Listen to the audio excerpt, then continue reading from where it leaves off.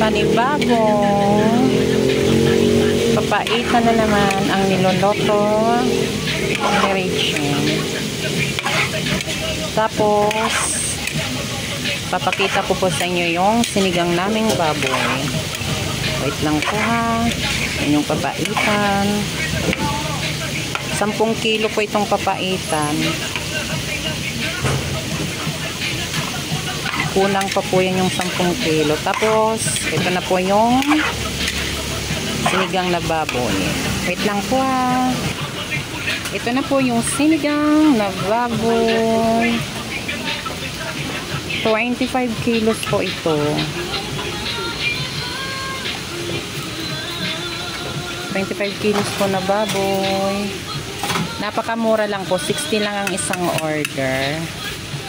Yan. Tamang pakulo na lang po yan. Tapos mamaya na po yung gulay. Yan po yung mga nilalamig sa pag-ibig. Kailangan nyo na pong magpainit ng sinigang. Ito naman po yung kanin. Fried chicken. Yan po yung fried chicken. Napakamura. Masarap. Malaki. Halagang 70 lang. Yung drumstick. Tapos yung Thai Park 60 lang po.